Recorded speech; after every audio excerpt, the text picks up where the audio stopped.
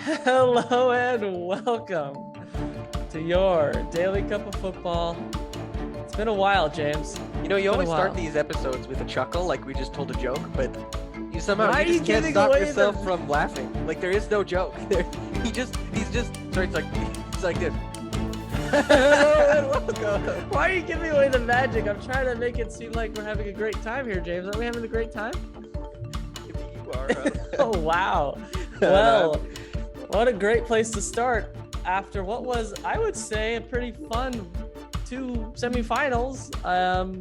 Two good games. I think the first one was probably a better played game, but both had intrigue and excitement and intensity and goals, which is And good. extra time. And extra time. We had 2 extra times, and I would guess we'll probably have a third extra time by the end of this week. That's my prediction early on. Our mother's here. heart could not take another extra time. Well, she needs to just take some deep breaths and realize we're not playing for either team, so she can just. It doesn't matter. Doesn't matter. It's like she's been she's been an England fan her entire life. I was gonna watching that say, game. so she's an my England goodness. fan now. That's the Apparently her entire life. I've never seen such rapid support. I mean, for to be England. honest, like I obviously okay. Here's a spoiler alert: England is playing Italy in the final. What? Which, David, you you know, promised not to tell me. sorry, I had to. I couldn't hold it in My for any goodness. longer. So Okay. look, that's the final that I wanted, and I think it's a good final. I was not as vehemently anti England's opponent, obviously, this time because it was Denmark. To be fair, I think the right team went through.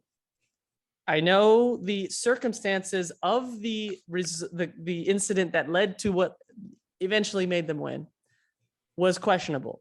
But if you look at the game, seems like the right team went through. We'll get to that. And James probably is like, no. But I think Okay. You don't even know what I'm going to say. even he has to admit that the right team won. But we're going to start with Spain against Italy, which was a great game. Again, Italy is involved. It's going to be a good game. Their Belgium-Italy game was considered one of the games of the tournament. I think this was one of the games of the tournament, if not the game of the tournament. They played Spain. We had questions.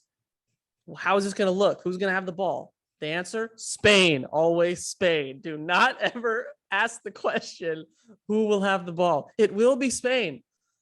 I'm trying to think. There's literally no one else unless some aliens come down, the tiki-taka gods descend and are saying, no, we will possess. Like, I don't No, know. they probably still get 70% on the deities. They would still get 30% against Spain. That's just how it is. So you have to give credit to Spain for that. And to be fair, we've been ripping Spain, mostly me, most of this tournament. They played their best game.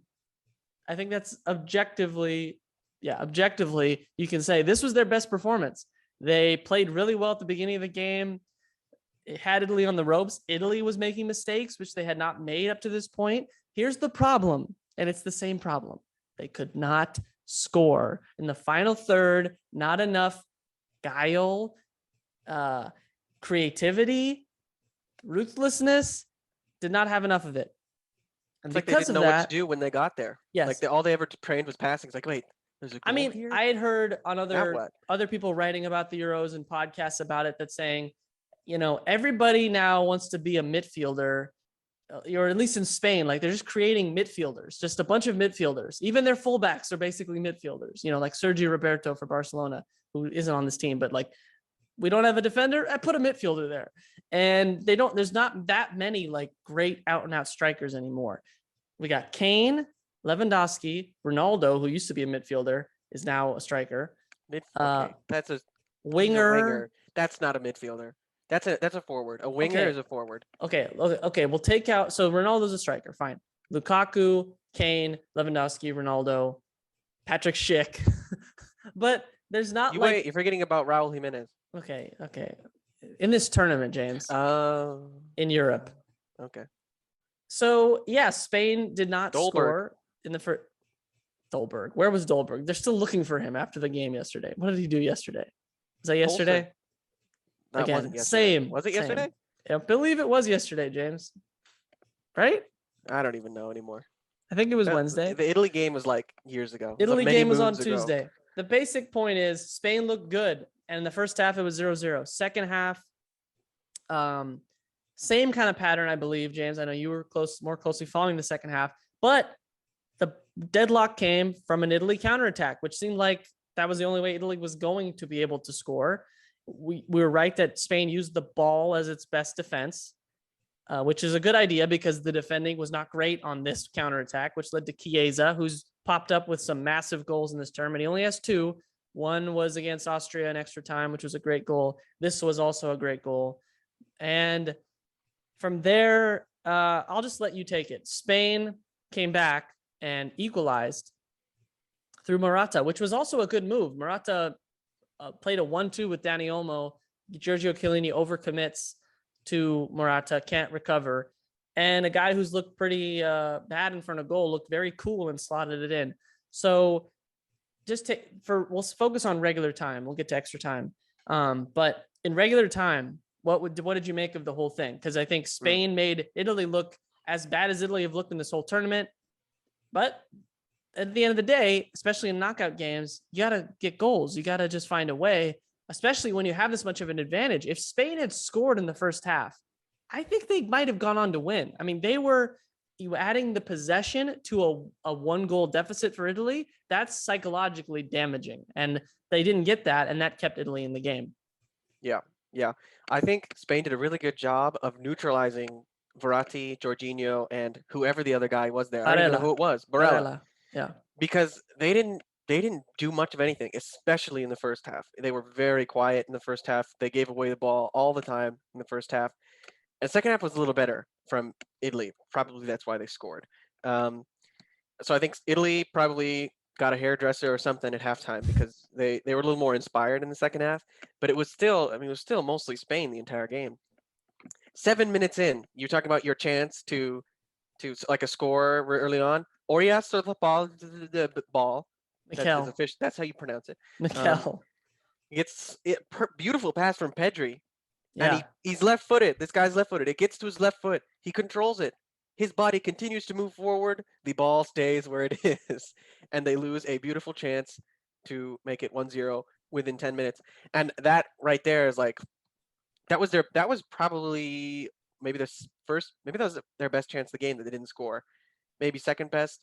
But I think even though Italy were dominated the midfield, they were a little sloppy. That's true. But they didn't dominated the midfield or Italy? Spain, yeah. Did I say Italy? You said Italy. Spain, I meant Italy got dominated in the midfield. Yeah.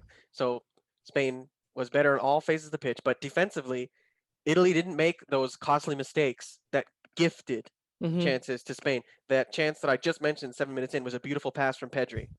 And then the other amazing chance that also fell to Oyarzabal ball was a cross, a really nice cross. So I think Italy still show that they're solid at the back, and that's probably why that Spain couldn't score. I mean, they didn't get those gifts.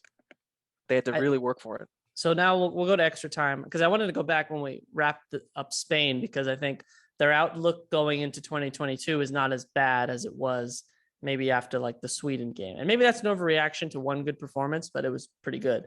But in extra time, as usually happens in extra time in major tournament knockout games, it got kind of no one. I mean, was there a good chance extra time? I honestly can't remember. I think Ozlarbov, his header was in extra time, I think. So, but no goals, which is not that rare to see in extra time. So we go to penalties. Was there any point in extra time that you thought this is not going to penalties?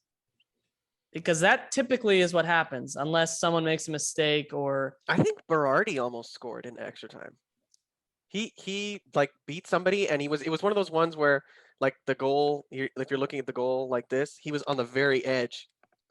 It's a tough shot. It's a tight angle. It was a tight angle. Theoretically, he could have scored that, and it was 1v1 with the keeper. That's what I thought. Oh my gosh, he's gonna score. They're gonna steal it, but he missed it. So that was the only time I really thought. It went to penalties, and it just seemed like Italy was gonna win.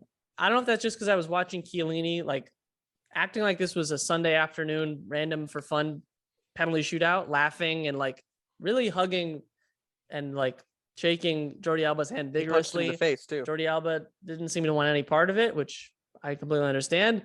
Chiellini seemed confident, And I guess I would be confident too if I was Chiellini, because I didn't have to take a penalty. Because he's Chiellini. And also, they had probably the better goalkeeper, although Simone had been having a pretty good tournament, other than the horrible mistake against Croatia, just from a shot stopping perspective. But it started off badly for Italy. They shot first, which is usually an advantage. They missed. But then the key thing is that Spain, what you have to do here in penalty shootouts, if you're the second team, if the first team misses, you have to score the next kick. If you miss it, it's you just wasted a massive opportunity. And I believe, was it Olmo who missed? Yep. Who had been having a good game. He had been having a good game. We didn't mention this at the beginning. They started Olmo instead of Morata, and Olmo was playing as a false 9, which basically means instead of staying as like the highest forward, up against the center backs of the other team, which is typically what a out and out striker would do. And that term is given as a number 9. He kind of is allowed to roam around and play in between the lines, between the center backs and the midfielders. And that seemed to be causing problems for Italy, moving them out of position and not be. So that was a good, it seemed like, tactical move by Enrique. The problem was it didn't. Fortunately, he was not Fabregas. So yes, that's true. It didn't completely work. For a guy who's not Fabregas, he had a good game. But the penalty was horrible. And that let Italy back in. And from there, let me try to find the actual order of things. All I remember is next, Bonucci, who center back, usually don't want them taking penalties, but Bonucci is a wily veteran and they had him kick. Let's see. Why can't I just find this? This is good. We should have done this earlier. I know, but what does it matter what the order was? Locatelli missed. It was actually blocked. Olmo misses. Then Belotti smashed it in. Oh, Belotti. Gerard Moreno actually made a penalty. Good for him. Bonucci made it. Thiago Alcantara, who I thought was like really a good player, and I was surprised when he was coming off the bench for Spain, but okay. He slots it in nicely. Bernardeschi makes his penalty. Then the fourth taker for Spain is Morata. And instantly, probably 90% of the crowd, including the Spanish fans, were like, and us. Oh no, it's Morata. And even though he had scored and has, after everything that's happened, has 3 goals, still this question, not very confident. It's a horrible penalty, and it's blocked by Donnarumma, who's a great goalie, and even a not so great goalie probably would have saved this, which meant that Jorginho, all he had to do was score, and that's all he does from penalties, I believe. Even for, I think, Chelsea, he takes penalties, I think. Yes. And he doesn't just take it, he takes it as coolly as probably possible. Kind of in the spirit of his predecessor. I don't even want to call him predecessor, but Andrea Pirlo, holding midfielder for Italy, with not a Panenka, but a hop, skip, and a little tap in. That's the new meta. That's the new meta. Buckled. Nobody does chips anymore. They all do that. Whoop. Yeah, jump and a little kick, which brought Simone just kind of his knees buckled, and Italy goes to the final. And the stat about second straight game of the penalty shootout continues. Spain got to a penalty shootout. They were the they benefited from it against Switzerland, and then they became the victim of it. And I don't know if it's just it feels like it's too often to happen that it's not means something. I mean, and now Italy, though, next game in the final, probably, even though it's England, probably would not want to go to penalties. I mean, you never really do, but James, this is how kind of soccer goes. You can play really well and go out. But I saw someone, I think it was Jonathan Liu, I think I'm trying to give more credit to people who I see on Twitter, not just so you don't say they're random people. This guy's a random. You don't say, someone said. Anyway. Okay. Yeah. Jonathan Liu. What does he have to say? He was saying, and it might not have even been him, but one of the actual James legitimate people on Twitter, because not everyone's there are legitimate people on Twitter? There are. They work for legitimate. Isn't the government on Twitter? That proves my point. There's no legitimate people on Twitter. Anyway, they were saying that Spain was the better team on the night, but Italy, as the best team in this tournament, got through. And I don't think it's like some grave injustice that Italy's in the final instead of Spain. Wow. That's what I was thinking. Did he steal my thoughts? I guess so, James. Wow. So I was going to ask. So the right team is in the final, despite Spain in this game playing well. I don't think there was a right team. So either team could have gone through. Yeah, so I guess in that sense it was the right team. But right implies that Spain was wrong. You know what I mean? I mean, they were wrong. They didn't win. Okay, then why do you bother with what had happened before? If the winner is always right, then no, then they're right. I guess, but I'm saying like I don't know. I'm not unhappy. They've had a great tournament, so they weathered another storm this time. They've leapt over another hurdle, a different one from any other hurdle they've faced. If you were writing a movie, this would be. This is pretty good because you face different types of opponents. They played not so great for Italy. They played not so great against Austria, but they won. They played really well against Belgium, and won that game pretty solidly. And now they're under pressure a lot in the semifinal, and they get through that, and now they're at the final. So it's like a story. It's a drama, as some would say. A drama. Drama. Okay. Hopefully, if you're Italian, they think this is the beginning of their start of a new Italian dominance. It's coming to Rome and the world. I saw that sign. And there was also a lot of people at the Spain and Italy game, which was good. I was going to say for Spain, they leave the tournament having not lost a game in 90 minutes. So there's that. Pedri, who's 18, looks like he'll be around for the next 12 years and is really, really, really good at soccer. It's a shame that Sergio Busquets, even though he's younger than he seems, but he always runs around like he's 50. It seems like he might be on his way out. This might be his last kind of hurrah. I thought, even though at times he had some mistakes, I watched, the first 45, which I watched more closely. I was like, yeah, that's right. Busquets is like really good at soccer, and he's like a legend of the game, even though not always in the same breath as Xavi and Iniesta. But for Spain, James, what's the idea going forward? Are they looking at this positively, that like, okay, we have a young group and we made a semifinal and went to penalties, or still the big elephant in the room is Fernando Torres and David Villa aren't walking into the locker room? Like, what are we going to do about that? That might be the bigger issue. Or do you choose to pick the positive parts of it, which is we still get 70% possession against anybody in the galaxy, and we didn't lose a game in this tournament? I think they should look positively on this. I don't see that wouldn't be very helpful. That's for the Spanish press to say, "Oh, but you can't score," like the little bully at the back of the classroom. So it's a good point, though. Oh yeah, it is a good point, but I think it's not. I don't think that is it is a big problem, but it's not a big fix. It's not like if they weren't creating any chances at all, they were just passing it around, then you'd be like, wow, this is kind of concerning. But they've probably, I don't know what the actual stats are, but I'm sure that they've created the most chances in this entire tournament. Or if they're not number one, they're at least in the top 3.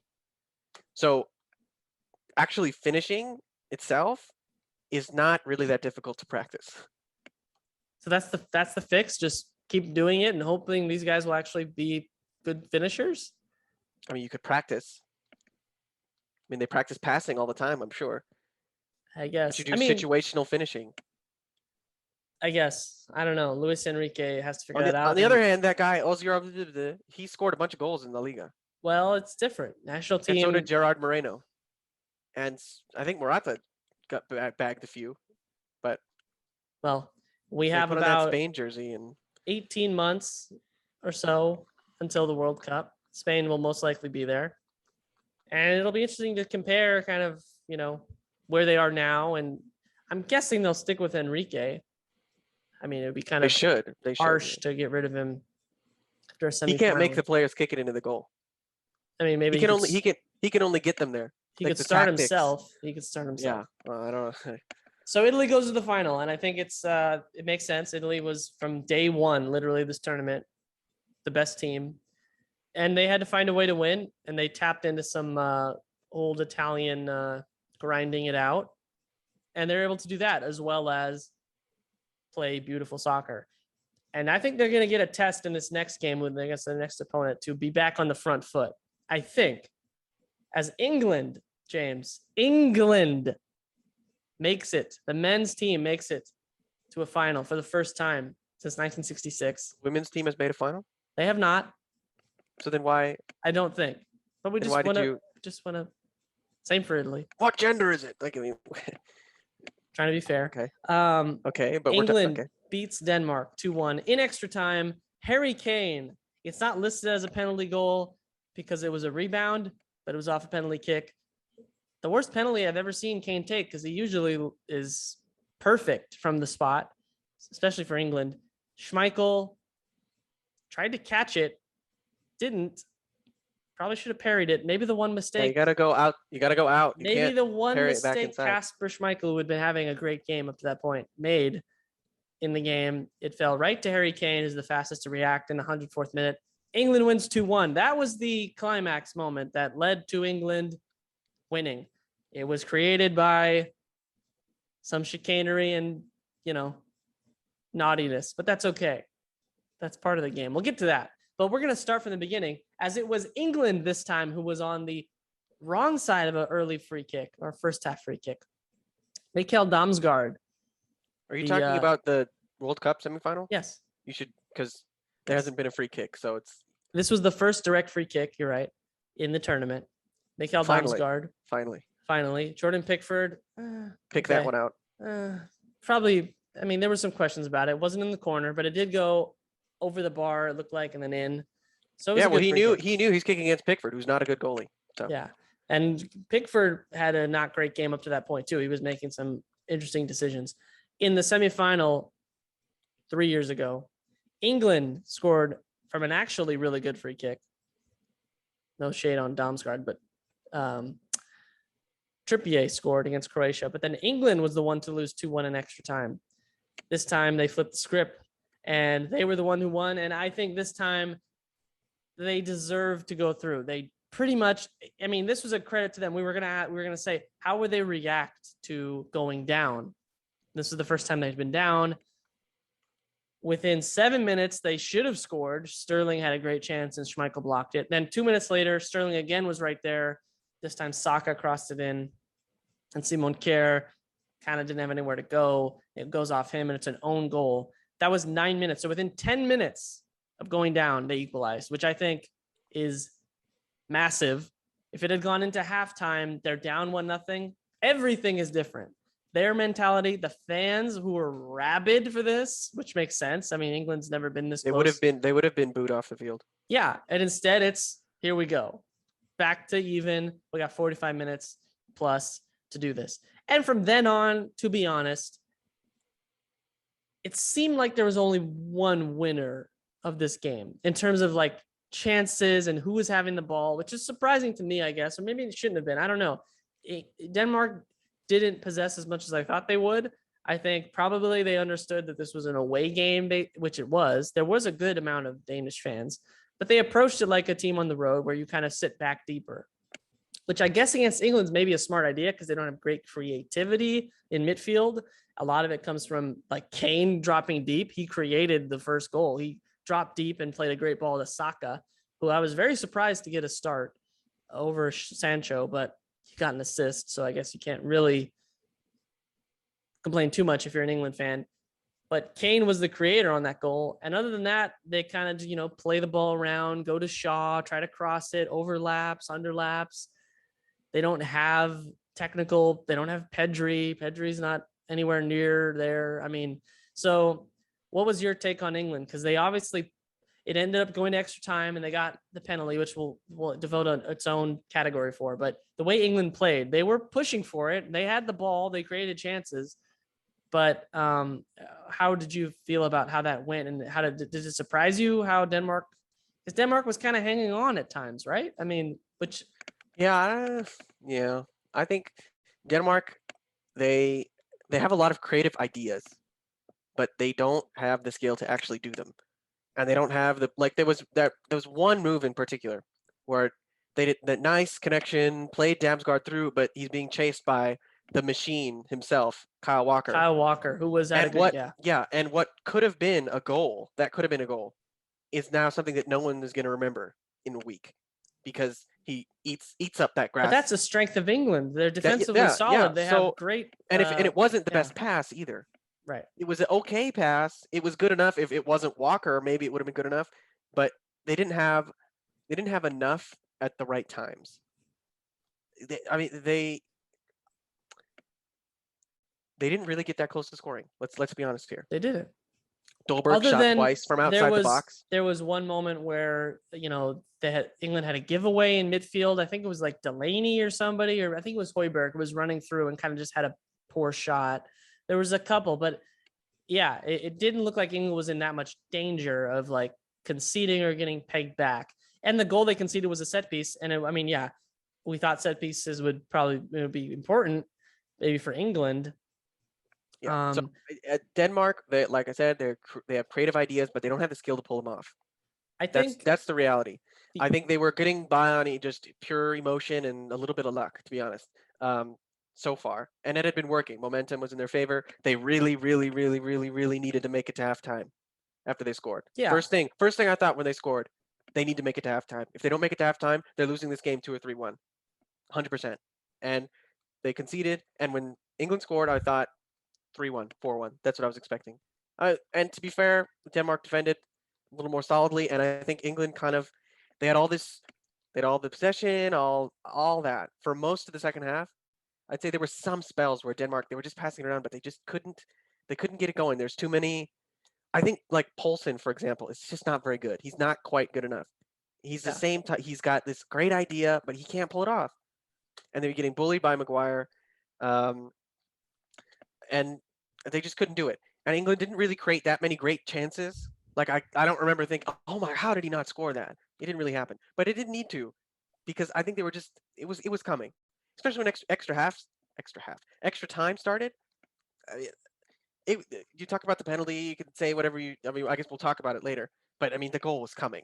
It had been coming for minutes on minutes. If they didn't score then, they were going to score later. If they didn't score later, they'd have won in penalty kicks. You think so? Yeah, it was inevitable. Because the main issue, I think, other than the lack of the slight lack of skill, they're skilled, but they're not skilled enough to win a tournament, is the fact that they have no bench. England brings on Phil Foden, Jordan Henderson. I don't even know who the rest of the guys. They brought on all these players that would start. Jack Grealish. All these guys that would start for Denmark. Denmark can't do that. Was is okay. Poulsen is acceptable. Everybody else they're just not good enough. And that's why they were under such pressure in extra time, because all their players that have been carrying them this entire time have been carrying them this entire time. It's just a fact. And England gets to sub out all these guys. They get to rotate. And Rashford didn't even play. He didn't even come on. Yeah. Rashford would be the star of Denmark's team right now. So that's the real issue with Denmark, I think. And a guy like Damsgaard, who unfortunately was kind of pressed into duty because of the horrible, Eriksen situation. He was probably a guy who they were thinking, this guy's an impact sub. We'll just bring him on. And it turns out he's the guy scoring their important goals. And that's going to take its toll. The other thing is, we're talking about England not really playing anybody. To be honest, Denmark hadn't really played anybody other than Belgium, who they lost to. And that's just, England's better than Czech Republic. They're better than Wales. They're better than Russia. So we can say all we want about England. This was their biggest test. This was Denmark's by far biggest test at Wembley against a really good England team. This is a good England team. Like, people have looked back at the old England teams and, do that. But I think the depth is really a big thing there that you mentioned. Like, these guys are great players coming off the bench. Like Sancho and Rashford can't get on the field. These guys would go. Sancho just went for like $100 million. If Rashford is ever sold, that will be for close to that kind of money. It's ridiculous. So, that's why England has these expectations, and the home field, they took advantage of it. I think the crowd was into it. Yeah, they booed Denmark's national anthem. That's still a little. That was bizarre. Why? I don't understand. They did that for Germany, and you were saying, "Oh, it's just rivalry." That's what I thought. That's what But they then they do, did it which to is Denmark. They kind of don't do that. I've never heard them do that. well, now they do, I've which never was heard them do kind that. of a not great move. And I was a little, it's like, seriously, come on. And I mean, they're gonna boo Italy's, I guess. which is Apparently. I don't understand it. I was gonna say, okay, so the penalty kick, and I was surprised to hear you say that you thought the goal was still coming. I thought you were gonna say it would have gone to penalties. Basically, there was actually a penalty shout earlier from Harry Kane, which I thought was closer to a penalty than the one What they do you mean gave. closer? That was a penalty. He got kicked and taken down, right? That was a penalty. I don't understand why that so one that wasn't one they called. did not review, or they reviewed and decided wasn't not a penalty. This time, Wait, no, Sterling. not even that. They said it was a foul on Kane. That The ref I said it was was a foul. I had them. Like Kane committed the foul. That's what they're saying. Okay, that made no sense. What? Anyway, I don't know. later on, Sterling channels his inner Arjen Robin. There was that comparison with the Mexico situation, which I know is not the same, but the penalty kick given, that wasn't really, it was soft, to say the least. He goes down, goes into the box, he's looking for it. They step in, don't make much contact, if at all. Sterling goes down. The ref gives a penalty. Job done by Sterling. That's literally his job, to get in a dangerous area and either create a goal, make the defender do something, try to get a penalty. People can whine all they want about diving in soccer and all this stuff. It's literally done in every sport, pretty much. You try to gain an edge. Basketball, the same thing. So, yes, the result is like maybe more consequential than a free throw, but it's the same. I know, but it's the same idea. And you've said this before about refs and calling things, and when there's contact and they stay on their feet, people don't get called for. So the effect of that is you're just going to go down, because that's how you get a call. And this is the semifinal of the Euros. Sterling has played in many games for England, Manchester City, big games. This is the biggest game of his life, right? I think that's fair to say. Maybe probably, the Champions League final a few weeks ago. The World Cup semifinal was the biggest game. Okay, I guess. But okay, at home, this situation, maybe you're right. World Cup, I guess. Still one of the biggest games of his life. Yeah. He's going to do what he needs to do to get a win. And every other country in the world would have done it. And if it was the USA, we would be saying, Pulisic, you genius. We love you. If it was Peru. Well, I mean, no, I wouldn't be saying that. I'd be happy that we won, but I'd be saying I don't think that was a penalty. No, I'm saying, but the result, like, that's just smart. You got to take advantage of the situation. Oh, so he did. As long as they're going to call it, why would you not? And they did. And they somehow looked at it again and thought that's still a penalty. No, of course, no doubt that they were going to maintain that decision. Of course not. There was no chance that was being overturned. Zero. They've already explained it. I've already said it again. I'm going to say it again. They're only going to overturn it if it's clear and obvious. And you might not like it, but they've given their definition of what clear and obvious is. You got to give them credit for that. Their definition of clear and obvious is there is no contact at all. So there was some contact. And there was. Some. Yeah, there was. Because look, so here's what happens. I'll explain. I could tell even what's going through Sterling's mind, because it's not that difficult to figure out. He's dribbling. He's amazing on the ball. I don't know how he does it. And he gets past Mala or whatever, and he sees that Mala's is diving in, and he's like, okay, I'm just gonna fall. And he starts falling before his leg has even gone all the way through. And Mala pulls back a little bit and doesn't touch him at all. But he's already falling. And as he's falling, a man comes across. I don't know who it was. Jansen, maybe? Someone who wasn't starting. And does touch him with his hip. But he's already on the way down at that point, because he thinks he's going to get contact, because you have to do it before. If you wait, then you've already gotten contact. It's not a dive anymore. So you have to do it before. And then they might get the ball. So you really got to do it before. Anyways, so he does get touched on the way down. So not a penalty, but it's not going to get overturned because there was a little bit of contact at the end there. And we talked about it before. Kane had the penalty kick. It got blocked, but Schmeichel tried to grab it and didn't. You got to either punch that out, parry it away, or hold on to it for dear life. And I think it was such a bad penalty that I think Schmeichel's arms were here, and the ball was like here in the inside. So if it had been farther that way, it might farther away from him. Yeah. So yeah.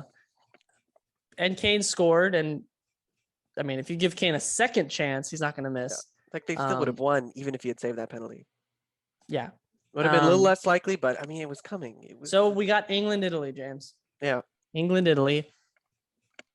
Both teams solid at the back.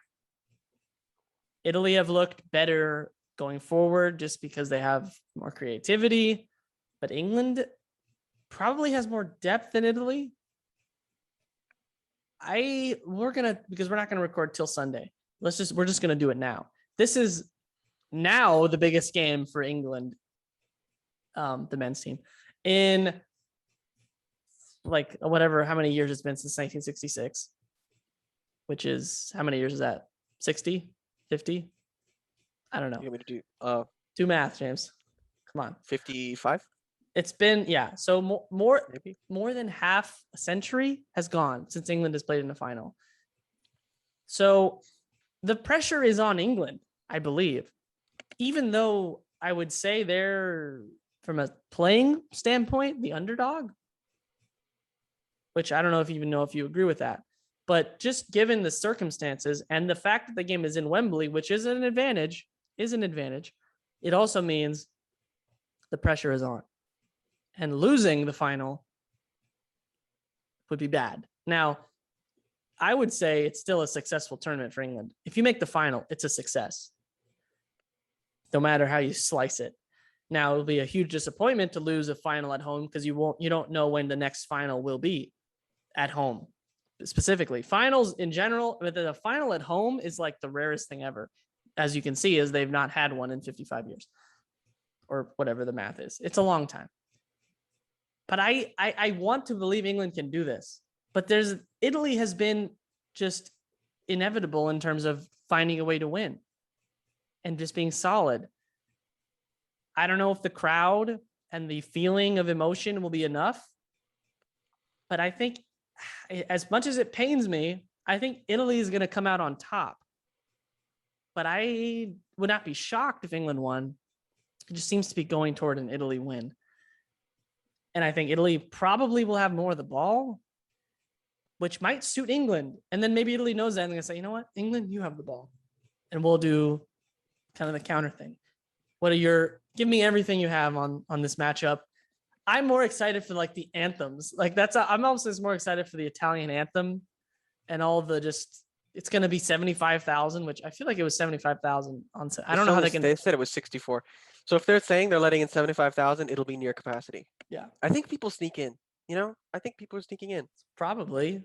They were saying there'd be no Denmark fans and there was like the whole wall of them. 8,000. They could have been like living in the UK already, but I doubt it.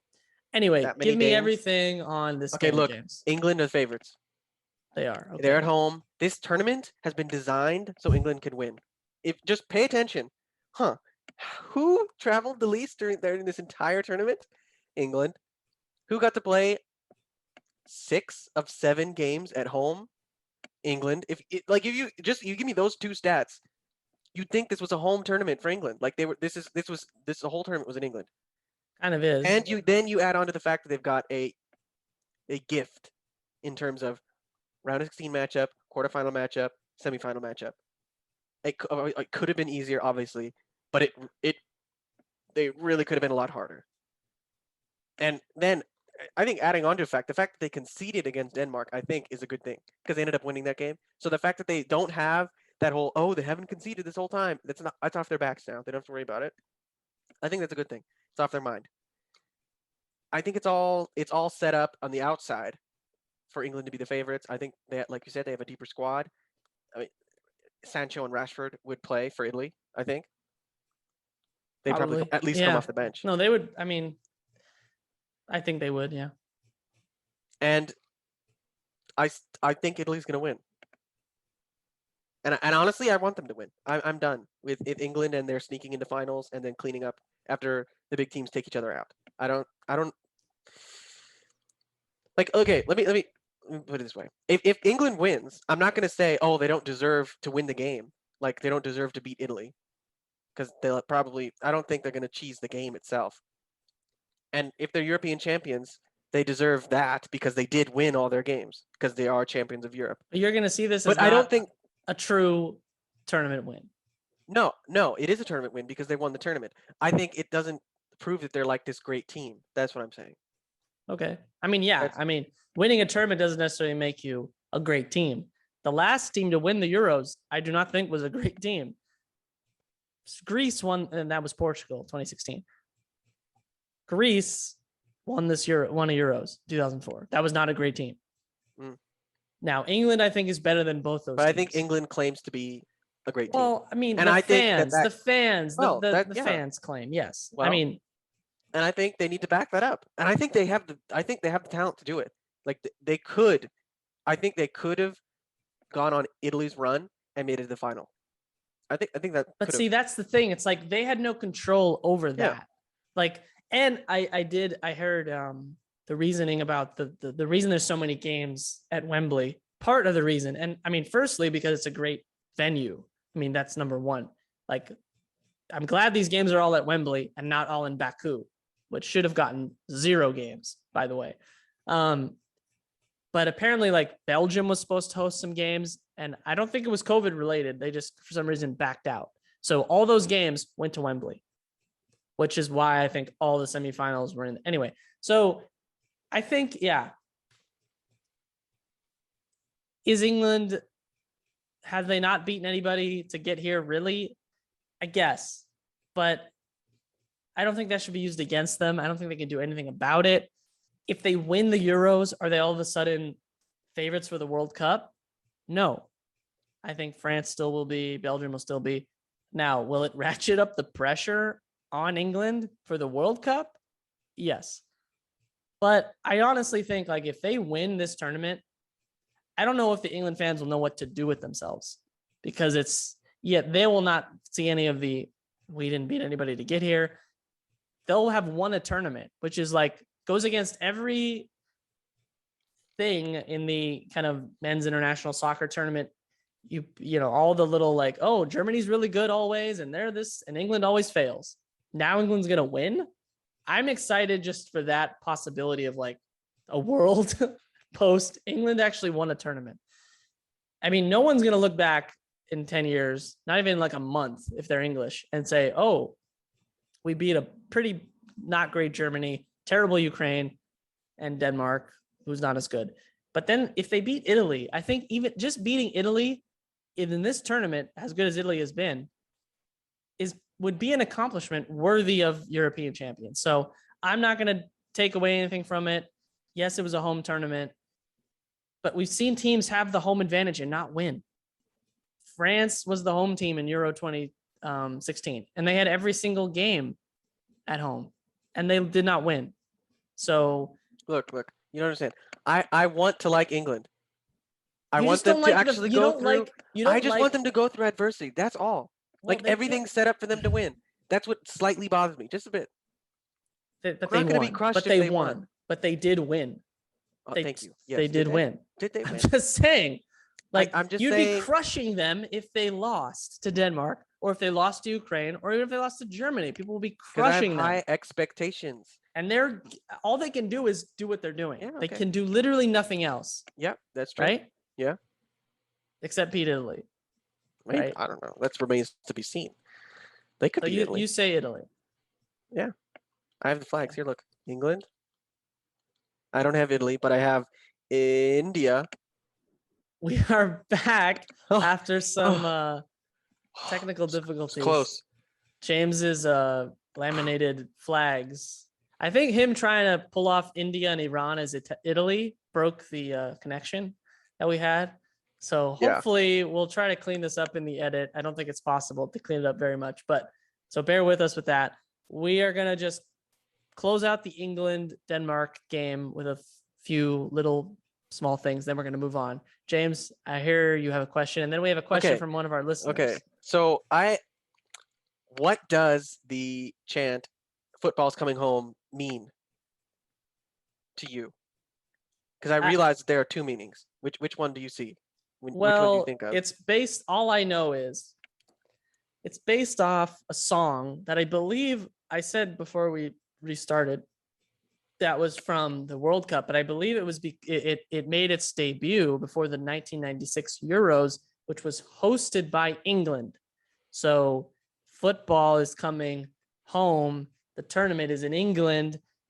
I'm talking about what it's being used for now, not it's where it came from. What do you think? We're going to win. It's coming home. We're going to win this tournament. The idea behind it is England thinks it created soccer, or which it pretty much, the modern soccer is.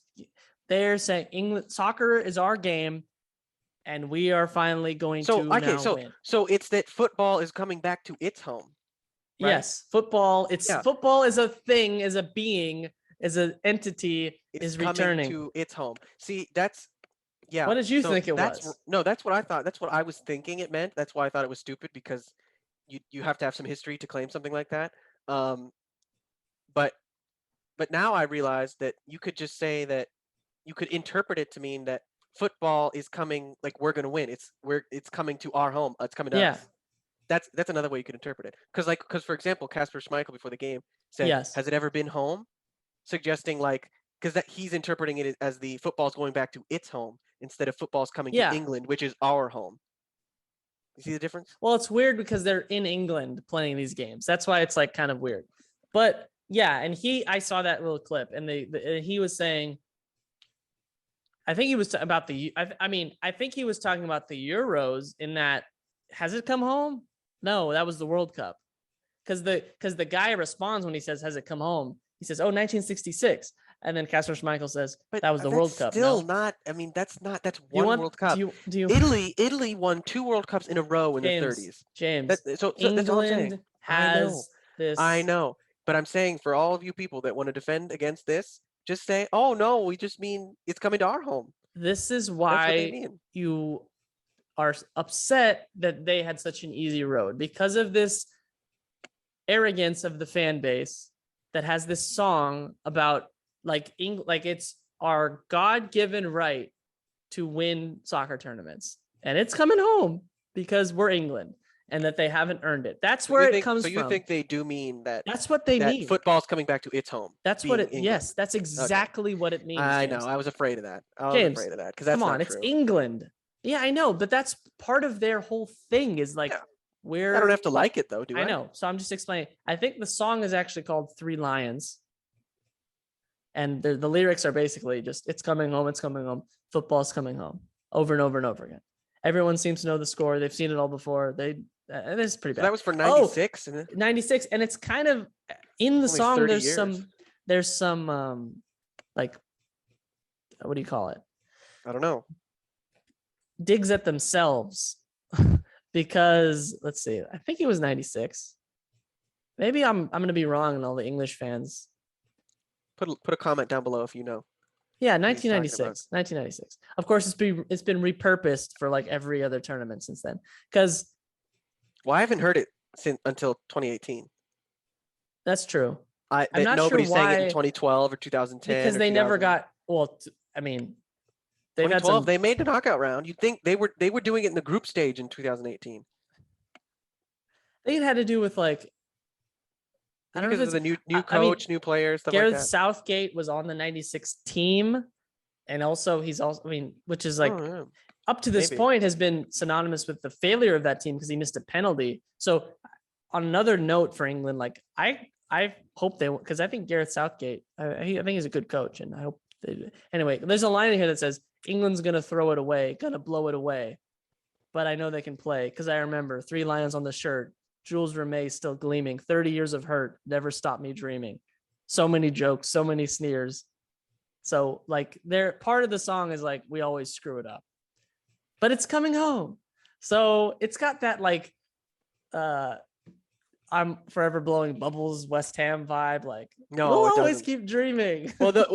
This song you just mentioned does, but the way they use it now is not I'm forever blowing bubbles.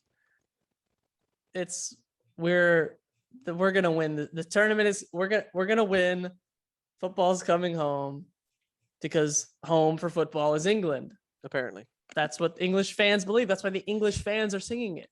Yeah. So, okay. The question that I think is more interesting. Not that your question wasn't interesting, James. From sorry, I apologize. Kind of. Let's hear this great question then. Okay. From another one of our relatives who's a great listener, Hilda. Great listener. I said a great listener. Thank you for listening. I just funny what a wonderful listener. She's a great listener. I know, yes. And we love she her. submitted a question. She actually Ooh. listened to our like, hey, submit a question. People on, listen? YouTube, Wait, I guess. Are you distributing this? I thought this was just Maybe not this one after the snafu we just had, but okay. I thought this was just between us, David. Have you been sharing this with other people? I have been. Oh In my fact, goodness. you've been sharing this too. Okay, here's her question. And then we'll go on to Copa America. Do you think Denmark would have gone as far as they did without the distress of Eriksson and the impact to the team? You go first, James, and then I will give my answer. So we're going to assume that everything else happens the same way in the tournament, like all the other results? Yes, except he is fine. Okay. I'm going to say yes, because they would have beaten Finland. They would have lost to Belgium. They wouldn't have gotten probably as close as they did without him. That was probably the biggest boost. It's weird to call it a boost. It's not, but yeah. Effect. It was a boost, let's be honest, to their performance was again in that game, and they were always going to beat Russia. They would have finished second. They would have got who? Wales. They would have beaten Wales. They would have beaten Czech Republic, and they probably still would have lost England. So yeah, I'd say they probably would have gotten as far. I was going to agree. I mean, because the other part of it is Eriksson's their best player. Like James talking about quality and lacking quality. He's like the guy who has like the world-class quality. He is the quality. So I agree with you that they're still a good team. And the way the results happened, they would have beaten Finland. Yeah, they would have beaten Finland. They were dominating that game. The goal was going to come. I mean, you could say like, yeah, they wouldn't have had the emotional, like, I guess kind of, emotional just energy. Having said that, they did have 3 games in Copenhagen, which in itself was a boost. I mean, that's something they haven't had in a while. And if the team, had been playing well, I feel like that's still a great home field advantage. They would have beaten Wales. They would have beaten Czech Republic. To be honest, maybe they could have beaten England with Christian Eriksen. I'm not saying they would have. I think that's a stretch, honestly. Maybe it's a stretch, but they would have had a better chance, obviously. Yeah. I'm saying they're not better because he's not there. Yeah. I think that's fair. They're not a better team. And overall, even with the maybe spirit that came together in the group and all that stuff, they're on the field. That was just the Belgium game. Let's be honest. Just the Belgium game. The other games, they didn't have to be amazing to win those games. True. And they hit another level to against Russia. They stepped up a little bit, but I think they still would have won the game. And I mean, they said this during the game that England had played Denmark twice in Nations League, which is not the World Cup or Euros, but it's a competitive tournament. And England had lost. I mean, Eriksson had scored a penalty, but they had beaten England in Wembley 1-0, not a semifinal, and at Copenhagen it tied 0-0. The games were in 2019 and it's different.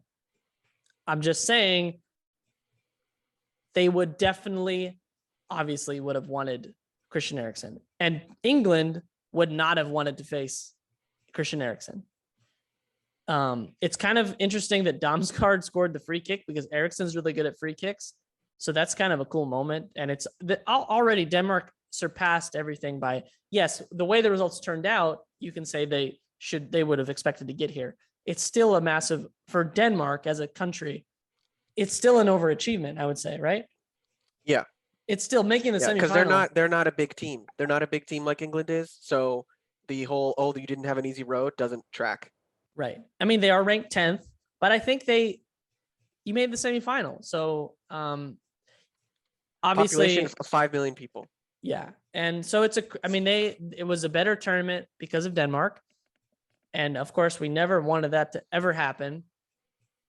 We don't know if Eriksson will ever play again. That's not really that important. The important thing is he's alive and doing really well. I think he will. And I mean, hopefully, I'm just saying it's already the story has a good conclusion, no matter what happens from here.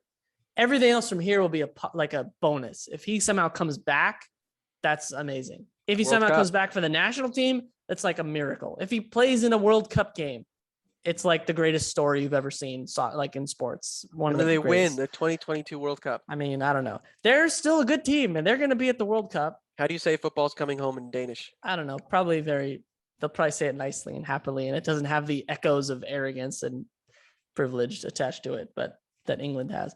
But yes, I think it's a fair question because that they had some, everyone was supporting them, but they're still a good team that everyone they beat, they probably should have beaten. And everyone they lost to, they probably expected to lose to. But they will probably think, and none of the Danish fans will think like about anything other than Christian is fine. This was a great tournament. We can't wait for the World Cup. But I'm sure many of them are thinking whatever you're if about they to say. had Christian Eriksen, England might have been in a little more trouble than they were. That's all I'm saying. And we'll see what happens at the World Cup. But Denmark is definitely not going to go anywhere. They're going to be at the 2022 World Cup. And we'll take this experience and expect to, build on from there. So I'm excited to see what Denmark has in a few, I'm excited for the World months. Cup in general, to be honest. Yeah. It's a bummer that it's in January and it's not in November and December, and it's not like a year away, but it's still exciting. Okay. Speaking of World Cup, one of the teams that we hope makes the World Cup, Peru, who I have claimed on this podcast will not make the World Cup. They have, they need to do it in a qualifier. They need to, James, I'm serious. They need to win games. Is that what you're telling me? They need to win games. I know, what a shocking statement, as they're literally at the bottom of the table. But today we're just going to talk about the Copa America semifinal. They played Brazil, the overwhelming favorite. And did Peru win? No, they did not win. I mean, to be honest, Brazil might be the favorite if they were in the Euros. I'm just saying, they're a great team. They're a great team. They have Neymar. They have a lot of talent, and they're at home, even though there's no fans. And just like 2019, Peru gets spanked by Brazil in the first game they play against each other. They play them in the knockout game. Last time it was the final. This time it was the semifinal. Peru puts in a more brave and valiant effort, and again goes out. This time it was only 1-0.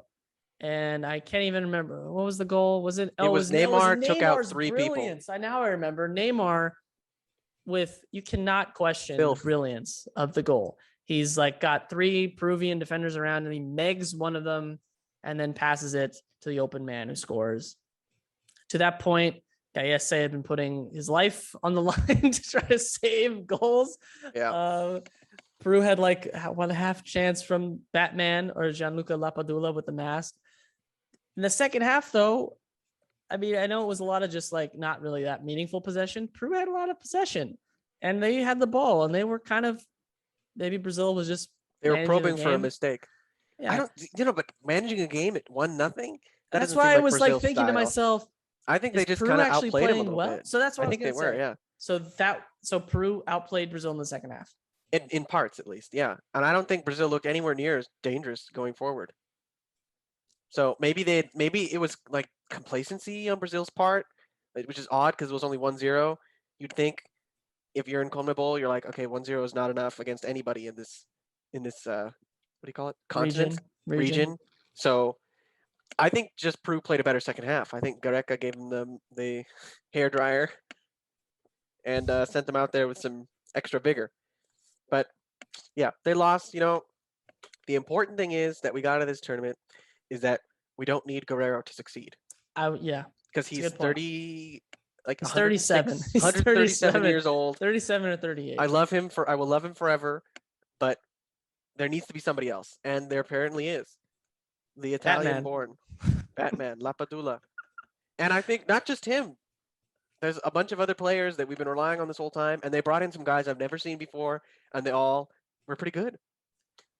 Like Peña was pretty good, but then like some guy named Lopez, I think it was. Lopez, is that right? I don't know. Some guy like this, like, who is that? Hey, he's doing that. Oh wow, okay, he can play. We don't need to rely on Carrillo and Cueva and Tapia for the rest of our lives. Carrillo was suspended for this game. Should be noted. That hurt. Let's be honest. It probably did. He was the most dangerous player outside of Lapadula. So I was going to say, obviously the big takeaway is we have a forward who can play. And I would say now, given Guerrero's age, he's probably the number one. I mean, he's in form. for Peru. He's probably going to get a move out of the seller of Italy, which apparently, because that's what happens in tournaments. If you score a goal, your transfer value goes up. But what is there any other takeaway? I mean, my takeaway is if Peru is not playing, Brazil, Argentina, or Uruguay, they should be considering themselves the favorite in the game and to win the game.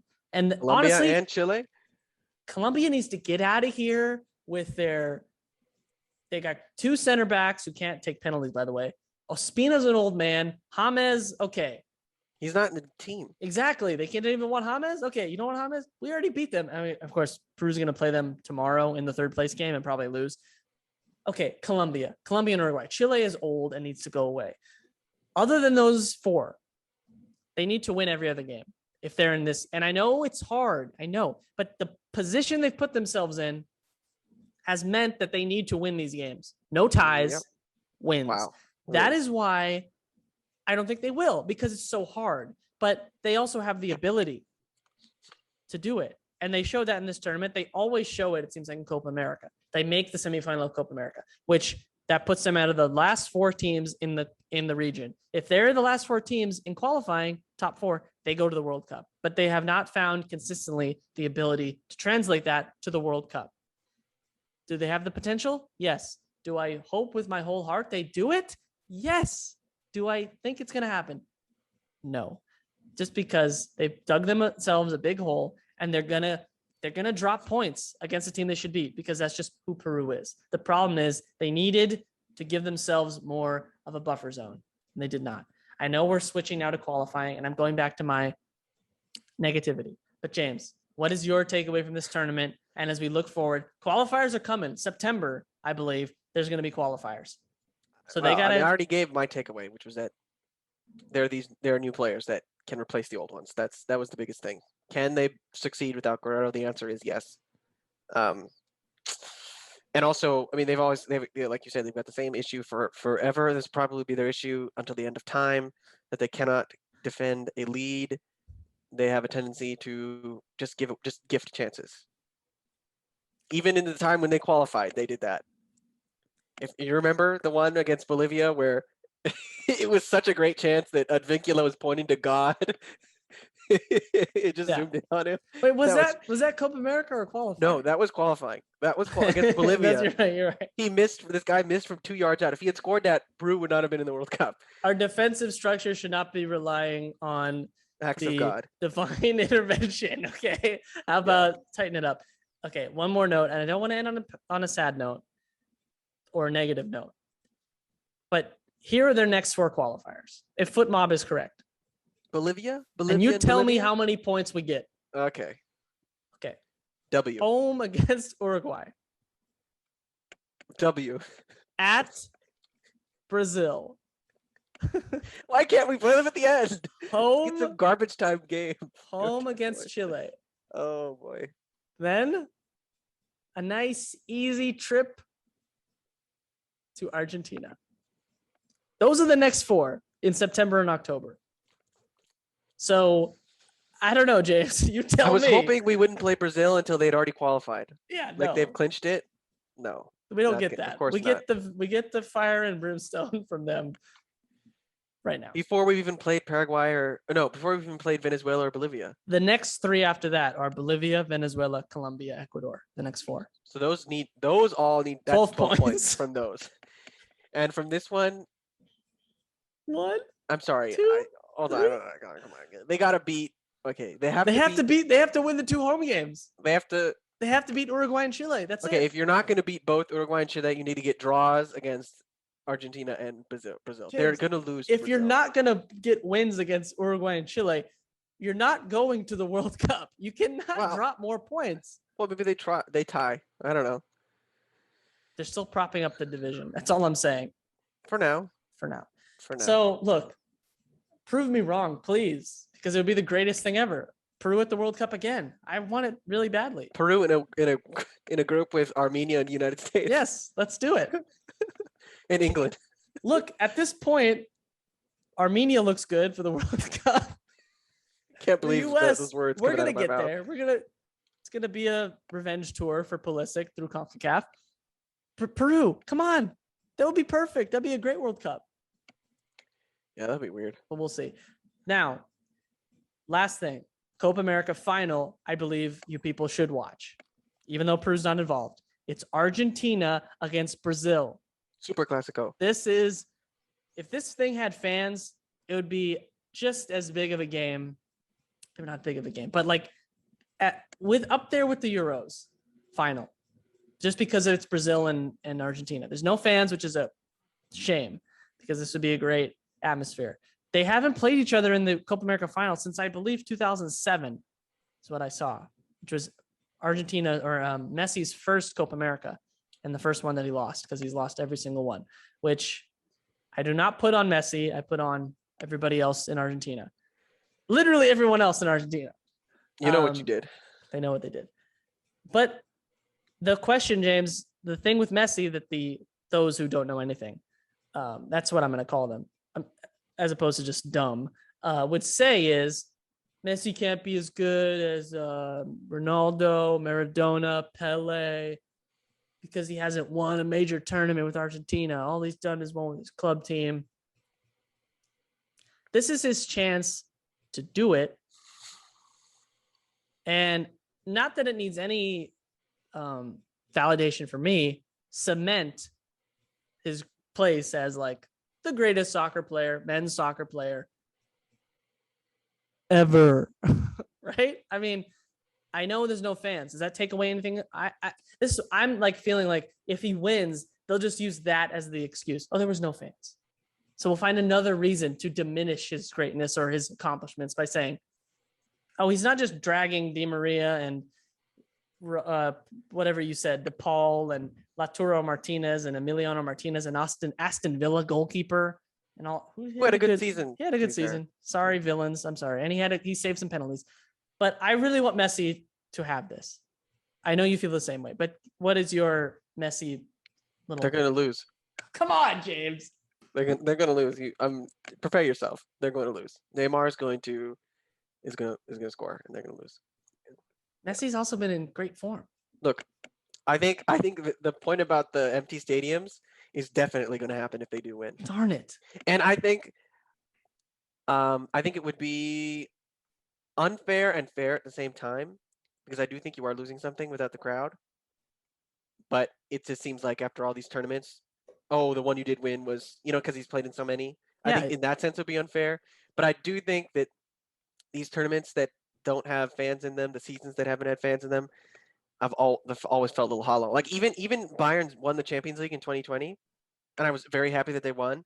But it really didn't feel like a real Champions League win because they didn't have to go through the 2 legs of every knockout round. The final was empty. So it's going to be a factor. I think people who don't like him are going to use whatever at their disposal. How can you not like him? I don't understand. You like Ronaldo better, and you feel like Messi's success somehow hurts Ronaldo. That's what it is, which isn't true. And Ronaldo would say, like, "What are you saying? That's stupid. I'm just doing my thing. I'm trying to score as many goals as possible. I don't care what Messi does." That he said that on multiple occasions because he's not like the Ronaldo fanboys. True. So, I mean, the thing I'll say that's different than the Bayern example is that this Copa America, you play the same teams to have to win every time. Like, there's no 2 legs. It's at a location and there's fans, right? But they beat Ecuador, who, I mean, in the group stage, they played Uruguay and Chile. And I think they tied Chile, but beat Uruguay. They beat Ecuador. They beat Colombia.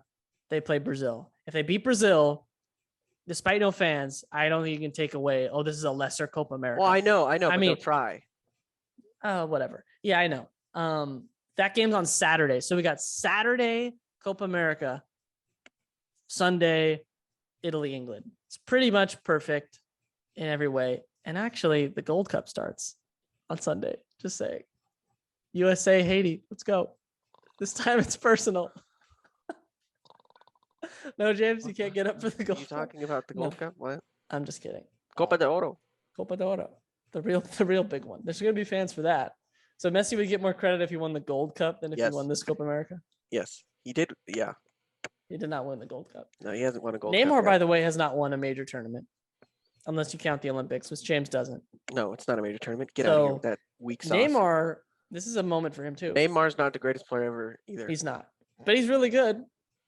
And I wouldn't be terribly upset if he won, but I would be kind of upset because up until Damsgaard's goal, we had 2 major tournaments playing like combined, 70 games or something, even more than that.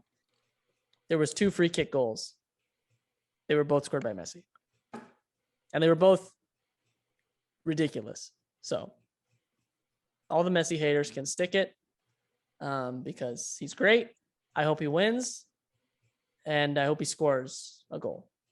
Free kicks or penalty kicks for that guy. You should watch it on Univision or TUDN, whatever the channel. Do not watch it on Fox. If you have to watch it on Fox, mute it and turn on another game that's from another game, even if it's in Spanish, and just play that at the same time. And you'll get the same effect because it's completely just. Who's it going to be? It'll be Holden, Stu Holden. I guess. Okay.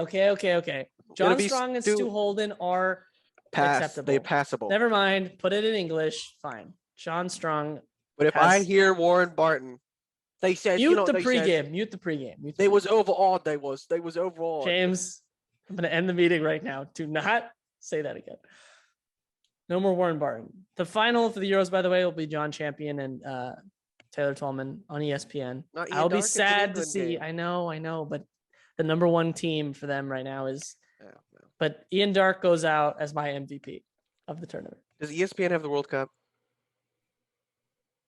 Please, it's not Fox. I don't know. I think they might not even have decided, but I don't. As of right now, the last one was Fox, which was something. Anyway, enough about TV rights holders talk. James, are you excited for this weekend? Mm-hmm. I'm excited. I'm very excited. Yep. And I think you all should be too. Yeah, because it's coming home. It's coming home to Rome. No, not. I was gonna say like Philly or something. Someone, it was Grant Wall from Sports Illustrated, or used to be Sports Illustrated, on Twitter said 2026, July 4th. So 5 years from now. Is that 5 years from now? US will be playing England in the semifinal in Philadelphia. England, USA, July 4th, 2026, which will be like 150 years or something. No, 250 years. What is it? I can't do math today. From 1776 to 2026. That's 50 yeah, something. that is 250 years. 250th anniversary. We'll play it in Philly. Pulisic will be a wily veteran. Will they read out the Constitution at halftime no, the Declaration or of Independence. Declaration of Independence. That's the one you have to read for Independence Day, right? Yeah, but I mean, it'll be read by an old retired Michael Bradley will walk out and read. No. He doesn't have stage presence. Kiefer Sutherland's Canadian. What is it? No, okay, fine. And the guy who said the embrace the hate guy, what's his name? Oh, Ving Rhames. Yeah, there you go. That guy. We'll have him. I love how we're planning this like imaginary. We the people. Yeah. That would sound so good with his voice. I'll send that over. Or maybe Morgan Freeman. Morgan Freeman, Ving Rhames, or Tobin Heath. I don't know. One of those 3. That's a strange selection. Okay, Tobin Heath. This is great. Great American. After she's won like 4 more World Cups by that point. Yep. All right, we'll be back on Sunday. We gotta go. We gotta get out of here, James, before the internet crashes again. But thanks for joining me. Thank you all for listening. Submit your questions. We'll be back on Sunday, which I think is going to be a massive mega podcast with a lot of guests. Maybe I'm over. Oh, wait, hold on. Stop the presses. Oh, I forgot. Go. Okay. If then none of you had seen, Boone, Samuel's cat, decided to grace us with another prediction. He was half right in his last one, which I didn't think he was going to be. I thought it was just some dumb cat, but the cat is onto something. And the cat selected from 4 teams, mind you. We had him do it before the semifinals because we didn't want to give him too many treats. He was getting spoiled. And you can watch the video to find out who he selected. He selected Italy. Go watch it to see how he did it. So he's a good cat. He took his time. Yeah, he thought about it. He did. So he's been watching the games. So we'll see who's right. We all 3 of us, me, you, and Boone, think Italy are going to win. But we'll see if we're right. I think no matter what happens, it's going to be exciting games. So thank you for listening, and we'll talk to you all on Sunday.